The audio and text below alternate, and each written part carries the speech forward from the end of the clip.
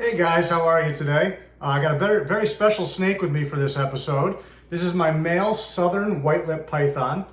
He's a little more active than some of the other species that we've shot with. Obviously, you can kind of see with the sun coming through the window, it's a very iridescent species. He's a little more herky-jerky than others too. It's a very nervous species in general. He happens to be a pretty calm individual, very different than my female, who is a total nightmare. But he's very cage defensive and nervous when he's in his cage. And I don't even want to say defensive because he really doesn't want to strike ever. He just wants to get away. He's very flighty. But once you have him out for a little while, he starts to calm down. And then the more frequently that I handle him, the more he calms down. At some point, I'll do an introduction video with him or something, but I just felt like he was a cool animal to use today. The concept that I want to cover today is one that I've done in Facebook videos and other platforms, and I've hinted to or mentioned a little bit here, but it's the concept of value, and the concept of value when you're making a purchase of a snake. And so some of the things that you want to look for in order to achieve that. So, one of the things we have to think about when we're buying an animal is oftentimes we're looking for something specific, or we might just be looking for something in general and something catches our eye. So we start to do a little research. You always want to do research into every avenue of that animal, which includes the value of that animal. Now, a lot of people get hung up on market value and what's the market value of a snake, and everybody wants to pay less than what the market value is. That's not something that I try to do. Of course, the less money you pay for an animal, the cheaper it is. That's great. But what are you getting for that money that you're spending? So if you're looking at two animals, and we're going to use very simple numbers, but let's say you find a snake for $500 from someone, and you find the same snake for $400 from someone else. Now, all things considered, the animals look similar, so you're looking at what are you getting for that $100? And that's where the value comes into play. So there's a lot of questions that you're going to want to ask the seller, and you want to be reasonable with sellers because, everybody's a human being and we all have lives. We have families and children and work and animal care and all this other stuff. So you want to be considerate when you're asking people questions. Don't expect that they're going to answer you right away. Don't think that because they take a little while to answer you that they don't care about your question or it's not important to them. Now, I do try to get in touch with people as quickly as possible.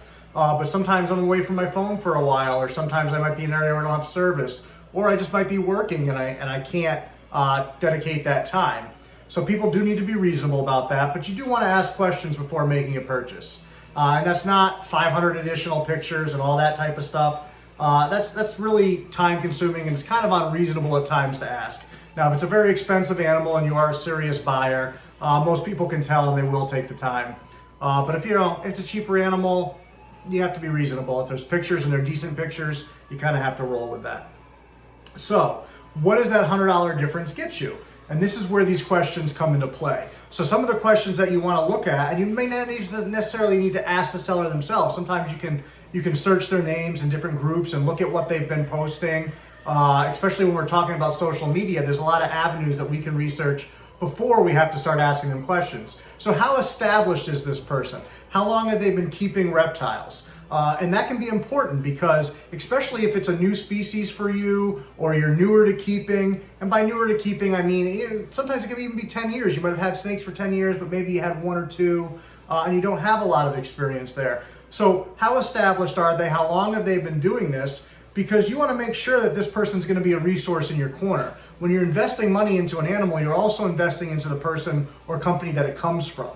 So that's an important concept to kind of grasp, that extra $100 that you spent, if this person's more established than the other, you might be getting, tenfold back in that money when you run into a situation and you need some help. A lot of times you're paying for that person's expertise and their experience. Some people will help just to help, and I do that a lot. Maybe to a fault sometimes, but a lot of people are going to help their customers, and there's nothing wrong with that. That doesn't mean that they don't care about the animals or any of that, but it does get frustrating sometimes. And just to give you an example, something that a lot of people do, and maybe not intentionally, but it does get aggravating, is they'll monopolize hours of your time asking a bunch of questions about an animal or a specific set of animals. You message back and forth, you be responsive, you help them, you answer all their questions. Then they find the animal for $50 cheaper somewhere else. They go buy there. They run into a problem, and that seller's not helping them, and they come back to you. It really is a slap in the face. You said that you didn't feel that my experience and expertise was worth that extra $50, but now you want to come back to me when you have a problem to help you. And I tend to do it just because I try to be a decent person and I do care about the animals, but you really have to understand how insulting that is to somebody, that little amount of money wasn't worth investing in that person, because that's what you're telling us when you get an animal somewhere else, or you're telling whoever the seller is that their time, their expertise was not worth it. So you have to think about those kinds of things. And now there's a situation where you might invest in somebody else's animal because it's closer to what you were after. That's a little bit different, but still, you invested in that person, and that's the person you should be going to when you have issues or questions with that animal. That's what you're paying for when you buy an animal. So if you're buying from a person that you don't trust to be able to help you in that situation, then maybe you really should think twice about buying an animal from them, because you're not getting good value there. Even though the price might be cheap, you're not getting value. So another thing to look at is, does that person exude passion? This is a very difficult thing to do to keep these animals. It's a lot of work, a lot of time. I don't really have a social life anymore. I basically work and I clean animals. Once in a while I get out and do something, or I might get a chance to travel, but that has its sacrifices. Then when I come home, before I leave, I often don't sleep for a day or two because I'm just up cleaning animals straight through to get caught up or to get ahead before I go away. So you want somebody that's passionate about this, because it's very easy to walk away from. It's very easy to get overwhelmed. What kind of resource are they is important to you. You want to make sure that they're going to be open and they're going to be willing to help you within reason. You should be doing some of your own research, but if an issue arises, you do want to be able to count on that person, and that's where that value comes in. And one of those things to think about too, when you cheap out an animal, maybe you buy from a wholesaler, and there's different levels of wholesalers, and that's a whole nother video we can do sometime. There are the wholesalers that care and they treat the animals and they do some quarantine and those types of things. And there's other wholesalers out there that don't give a shit. All they care about is that bottom line and that bottom dollar, and it's all about the money. And they're going to sell you an animal, whether it's sick, it's healthy, and tell you it's your problem and your fault. So then when you have an issue, that's not a resource you're going to go to. So yeah, maybe you save $200 off of going through and getting an animal from a smaller breeder or even a larger scale breeder. But now what have you lost by sacrificing that? If you have to take the animal to the vet, I know my exotic vet that I go to for snakes, which fortunately I have a lot of experience, so I don't have to go very often. The last time I went, just to walk in the door with a snake was $95. That's before they even touched it, looked at it, did anything, $95. And then actually I think it was like 97 and change, but just to round it out. On that particular snake, I didn't know what was wrong. It was an issue I had never seen.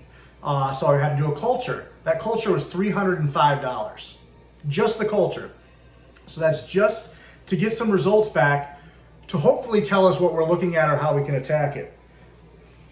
So now we're up to $400 and we haven't done any treatment yet.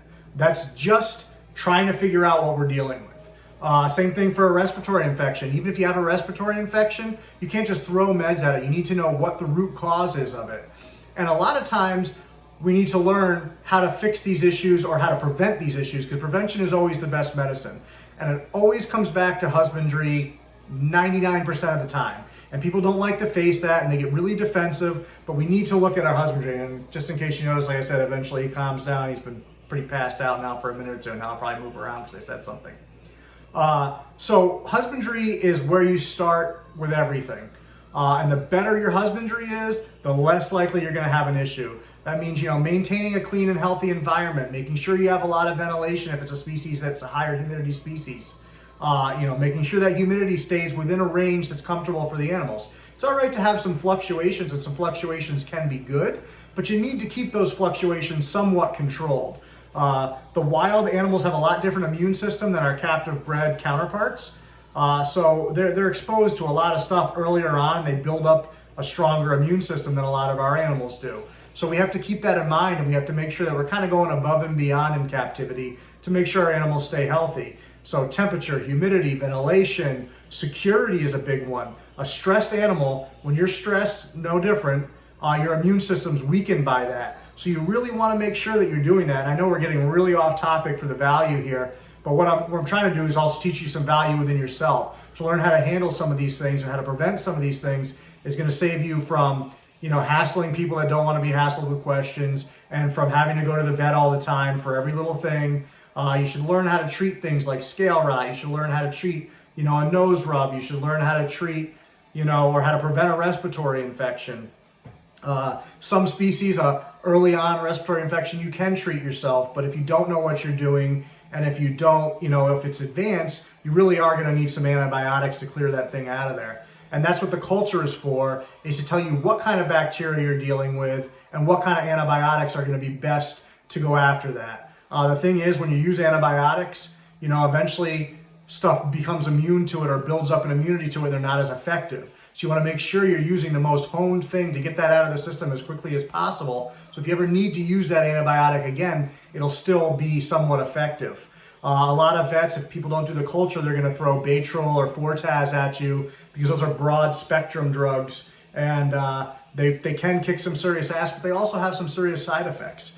So it's important to educate yourself on that stuff too, and to understand that some of these antibiotics can have some serious effects on these animals' organs and even be fatal over time from some of the damage that they do. So we don't want to have to use antibiotics if we can avoid it. But if it's a necessary thing to save our animals' lives, then obviously you have to go that course. But learning when and when not to do that is really an important part of keeping. And it's a more advanced step, of course, but it's something that I think everybody should read a little bit up on. And once again, I'm getting way off topic. So as we said, your value in these two different snakes that you're looking at, there's a $100 difference, but the value that you're getting for that extra $100 could mean the difference of an enjoyable keeping experience and a horrible one. And especially if it's your first animal, it can be very, very discouraging if something happens, whether it's your fault or whether it's no fault of yours. It's going to be discouraging if you lose that animal, or it's sick all the time, or it's stressed out and not an established animal. So investing in a decent person that might even be willing to mentor you. Sometimes you spend enough with a person, or you just happen to catch their attention in the right way with your passion, and that inspires them back. You can get a mentorship out of it. So I've even gone so far as to lower my prices for someone because I saw value in doing that for them. And it turned into a wonderful friendship. And now, that person and I exchange a lot of information. And so, I made less money off of that snake, but I gained something far more important. And so as a seller, even, you could look at value sometimes. I also look at, there's certain people that are very active on social media, share their animals a lot. Sometimes somebody like that, I might be more apt to give a little bit better deal to because it's free advertisement. They're going to do my advertising for me. People are going to see how happy they are with that animal, and they're going to want, an animal like that as well. So that's a little trick that can help you as a seller. And so if you're a buyer too, you can consider that. Now, I wouldn't go so far as to try to negotiate a deal because you're going to share the animal, but be aware that that kind of behavior is something that some of us notice. And so we might be more apt to say, you know what, let me give you $50 off this animal or $100 off this animal, depending on the price, because in my head, I know I'm gonna reap the benefits of that. And so it's worthwhile to me. There's value there. So this concept of value works in both directions, as a seller and as a buyer. So definitely researching who you buy from, ask about them. Nobody's going to be offended of you asking, for feedback on them. And if they are offended, that's a red flag right there. You shouldn't have that at all. And I won't knock large-scale breeders because they're an important part of this hobby. But you have to be considerate that, a large-scale breeder is not going to have the individual time that somebody smaller is going to have for you. So if you really feel like you're going to need to lean on them a lot, that's something to consider in that purchase. Also, when you're considering this thing, you got to consider somebody's financial resources. And that's not saying, hey, how much do you make it work? You're not going to ask those questions. But if something happens to your animal, does that person have the ability to refund you? I know for me, I live paycheck to paycheck. So if something happened to an animal, it would be very difficult for me. So when I ship animals, I do put that insurance on there. So if something happens in transit, that's going to be covered. Now, I'm very confident when I'm sending out animals that they're healthy and that, I'm aware. But I made a mistake recently. The animal wasn't necessarily sick, but it did have an imperfection physically that I didn't catch. And usually I'm very good about that. And I felt horrible. Fortunately, the buyer is a person that was equipped to handle it and jumped right on that, and it wasn't a major issue. But still, it's something that, I pride myself in quality. But, sometimes things happen. This imperfection happened to be on the bottom of the animal. I didn't see it. I had even shot a video with this animal, recently. Didn't even notice it during that time. And that was an animal I had out for a while. I was handling. It was an animal I handled frequently. So things can happen. Mistakes can be made. But how a person stands behind those mistakes and rectifies it is important. In this case, the person was buying other animals from me, so I cut some money off as an apology for that issue. So that's how I rectified it in that particular situation. But there's always different ways you can rectify things, and that's important. Mistakes are going to happen eventually, no matter how perfect we try to be. So when you're investing money, once again, that value, maybe you buy the cheaper animal at a show or something from somebody that might be a fly-by-night, or they're just flipping animals, and all of a sudden you go back to them and they have no way to rectify that situation. So that's something to keep in mind. Once again, value. So don't always be attracted by the lowest price. You do get what you pay for to some extent, and that doesn't mean that I haven't bought some animals that were below what people would consider market value that have been, great deals. It can happen, but that's not the norm. I would rather overpay. I'd rather pay over market value for an animal that I think is going to be pivotal to what I'm doing, or it's an animal where I'm going to get a great resource from that person. So keep that in mind. Keep all these expenses that can pop up in your mind. Plus, getting an animal from an established person that's passionate, that handles them, that does all these things, you're probably getting an animal that's going to be, settle in quicker. It's going to be more apt to be okay with handling. It's going to be more apt to, just do well for you and thrive as long as you set up everything correctly. So once again, it all does come back to husbandry, but it also comes back to who you're buying from and the quality of their stock. Plus, when you're buying from breeders, especially breeders that, have been at it for a while, you'll have some lineage information which helps you know what to expect from your animal, temperament-wise, color, vibrancy, how well it's going to hold that color into adulthood, maybe something up with the animal's size. It does vary, but genetically there's all these codes in there that are telling these animals how big to get and all these things, so the more established a person you're purchasing from, the more benefit to you, especially if you're just starting out and you really need that resource. So hopefully this will help you understand, where the value is in buying snakes, where the value is even in buying equipment. Maybe you're going to buy a thermostat from somebody, maybe it's $10 more expensive with this person, but that person's going to help you with setup. That person's going to answer your questions, whereas the other place might tell you to pound sand, figure it out on your own. So sometimes paying a little more can really, really have great value, and it can really, really make the difference between, a purchase you regret and a purchase that, inspires you to want to get more animals or to want to purchase from that person again. And that's probably the thing that I pride myself in the most, is that very infrequently do I sell one snake to a person. More often than not, they come back and buy a second, a third, a fourth, a fifth. And that's a big deal to me, because that tells me that what I'm doing, they appreciate, that they value what I'm doing, that they're willing to invest in me. And then I'm willing to invest back in you. I'm going to give you my time. I'm going to give you my opinions and my, perspective. And I'm going to listen to you as well and learn from you. There's a lot of value in that. Even in newer keepers can teach you something. We all have more to learn.